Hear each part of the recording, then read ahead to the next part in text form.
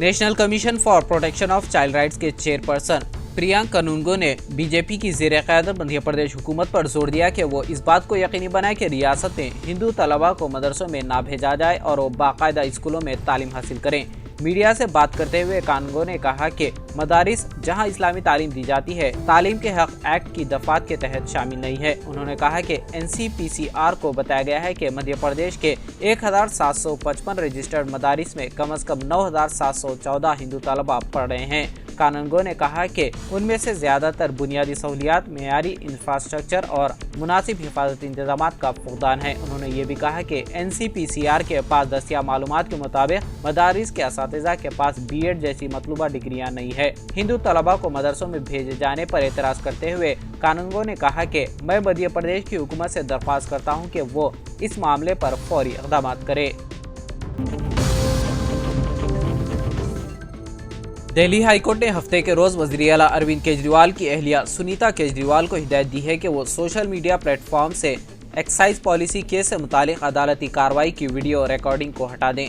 Video में आम आदमी पार्टी के कौमी कन्वीनर अरविंद केजरीवाल एक ट्रायल कोर्ट से खिताब करते हुए नजर आ रहे हैं। जस्टिस नीना बंसल कृष्णा और अमित शर्मा की बेंच ने दिल्ली हाई कोर्ट के वीडियो कॉन्फ्रेंसिंग कवानीन की खिलाफ वर्जी का इल्जाम लगाने वाली एक अर्जी पर सुनीता केजरीवाल समेत 6 लोगों और social media intermediaries x, Meta और यूट्यूब को नोटिस जारी किया है।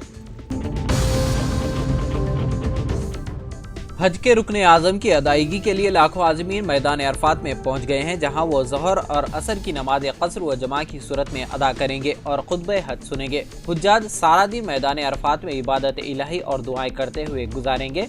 सूरज गुरूब होने के साथ ही वादी मुज़दलिफ़ा की जानिब रवाना हो जाएंगे, जहां पहुंचकर मगरिब और इशा की नमाज क़स्र व जमा की सूरत में अदा करेंगे और रमी के लिए कंकरियां इकट्ठी करेंगे। तफसीलात के मुताबिक दुनिया भर से फरीज़े हज की अदायगी के लिए आने वाले आज़मीन के काफिले बसों और मुशायर ट्रेन सर्विस के जरिए जुमा की निस्फ शब के बाद ही मीना से मैदान अरफात के लिए रवाना हो गए थे। इंतजामिया की जानिब से जबल रहमत पर चढ़ने और उतरने के लिए रास्तों को अलग अलग किया गया था, ताकि आमदोरफ्त में किसी किस्म की दुश्वारी का सामना न करना पड़े और हुज्जाज इकराम बाआसानी पहाड़ पर चढ़ और उतर सकें।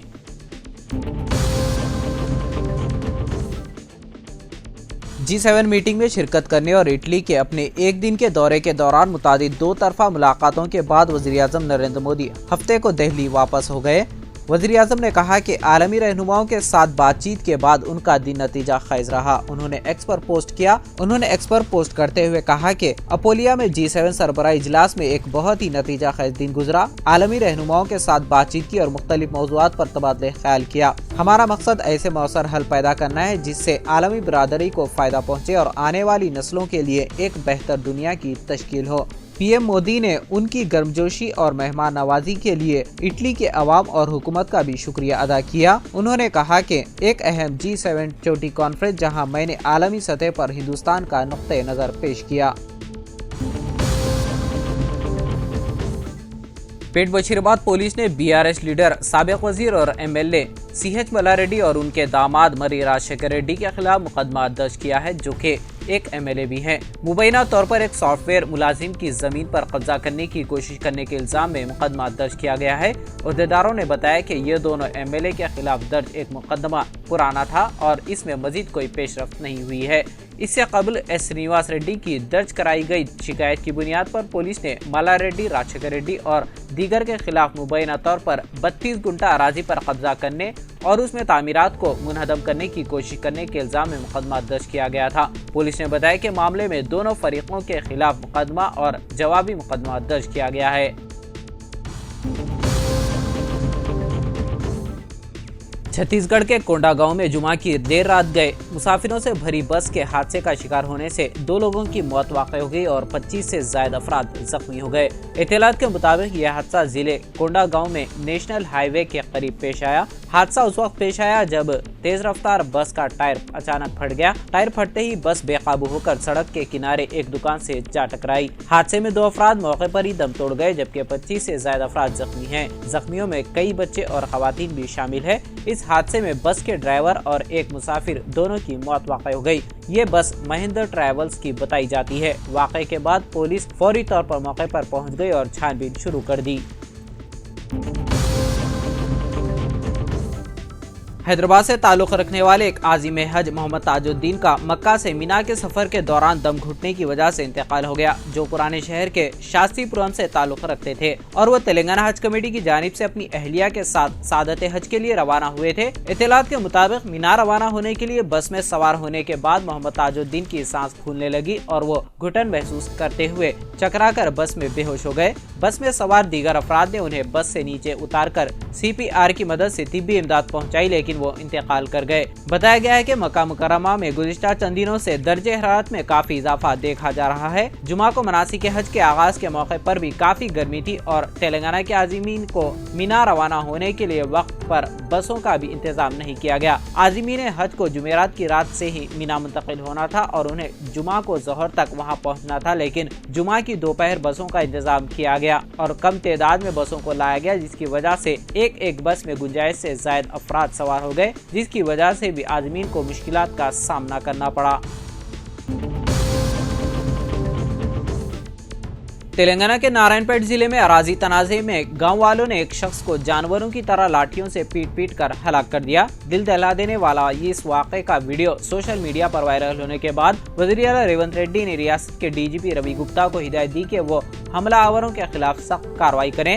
تفصیلات کے مطابق نارائن پیٹ ضلع کے اٹکور میں سنجیو نامی ایک شخص پر 4 سے 5 افراد نے لاٹھیوں سے پیٹ کر ہلاک کر دیا۔ بتایا جاتا ہے کہ سنجیو کا دیگر افراد کے ساتھ زمین کا تنازع چل رہا تھا۔ اس دوران چند افراد نے سنجیو کو کھیت کے پاس دے کر پکڑ لیا اور لاٹھیوں سے حملہ کر دیا۔ رپورٹ کے مطابق حملے کی اطلاع پولیس کو 100 نمبر پر دی گئی، لیکن پولیس 2 گھنٹے تاخیر سے پہنچی، تب تک سنجیو کی موت واقع ہو گئی تھی۔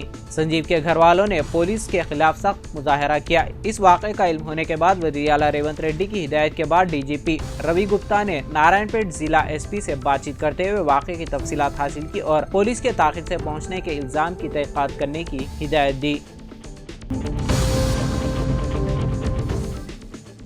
کرناٹک ہائی کورٹ نے CID کو سابق وزیر اعلیٰ BS یدیورپا کو پوسکو کیس میں گرفتار کرنے سے روک دیا اور BJP کے سینئر قائد کو 17 جون کو CID میں پیش ہونے کی ہدایت دی۔ ہائی کورٹ کے حکم سے قبل ریاستی وزیر داخلہ G پرمیشور نے کہا تھا کہ سابق وزیر اعلیٰ BS یدیورپا کے خلاف وارنٹ گرفتاری جاری ہوا اور رائے دی کہ اگر وہ پوسکو کیس کے سلسلے میں جلد سے جلد تحقیقات کے لیے پیش ہو جائیں تو اچھا ہوگا۔ صحافیوں سے بات کرتے ہوئے پرمیشور نے کہا کہ یدیورپا نے دعویٰ کیا کہ وہ 17 جون کو تحقیقاتی عہدیداروں کے روبرو پیش ہوں گے۔